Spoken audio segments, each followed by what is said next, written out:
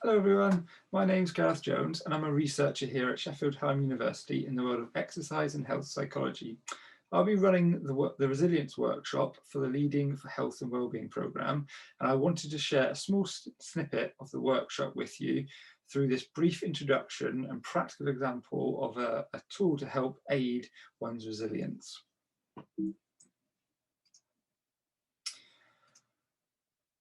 So, I want to talk to you today about energy and where do you put your energy throughout the day. We all have a finite amount of energy and time in which we use throughout every day.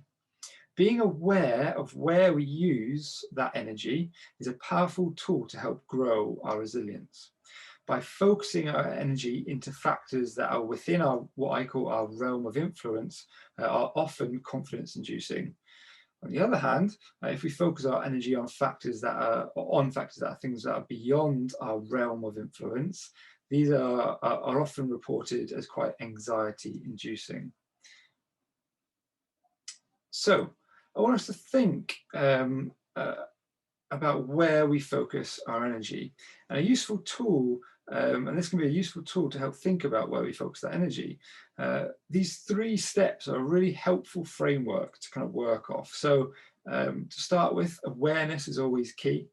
So we can't fix something or we can't aid or support a situation unless we're aware of that situation is at hand in the first place.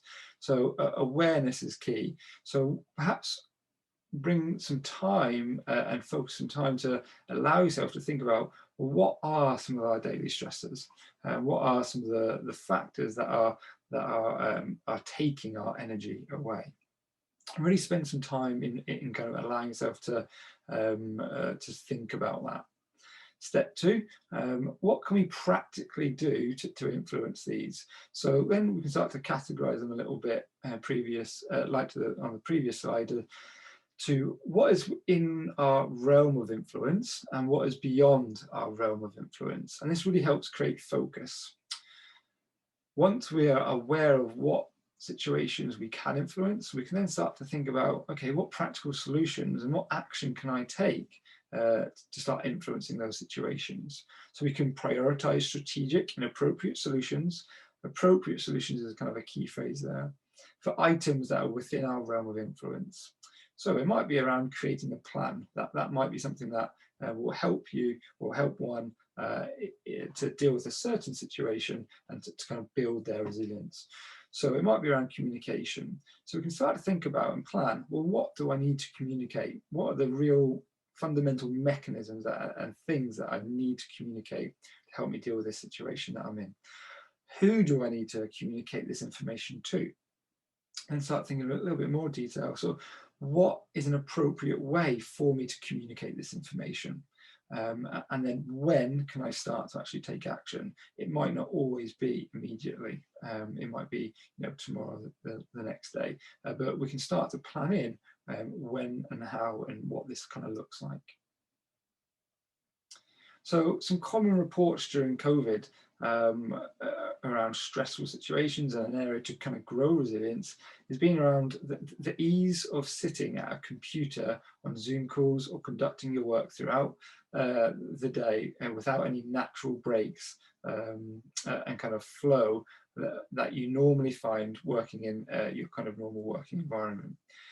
So we can start to use that framework in this situation. So firstly, as we kind of mentioned before, we need to recognize that this is a potential issue and that this is something that is perhaps we're finding stressful. Secondly, we need to unpick what is within our realm of influence within that situation.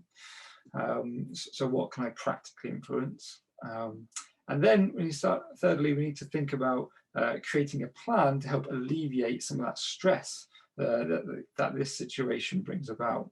So it might be planning natural breaks away from your computer via things like perhaps a short walk, or perhaps down to the kitchen to get a glass of water, or kind of whatever that looks like. Or it might be before work or kind of after work, and being stricter with kind of working hours or being flexible depending on whatever your situation is. But start to put a plan in place that deals with that situation.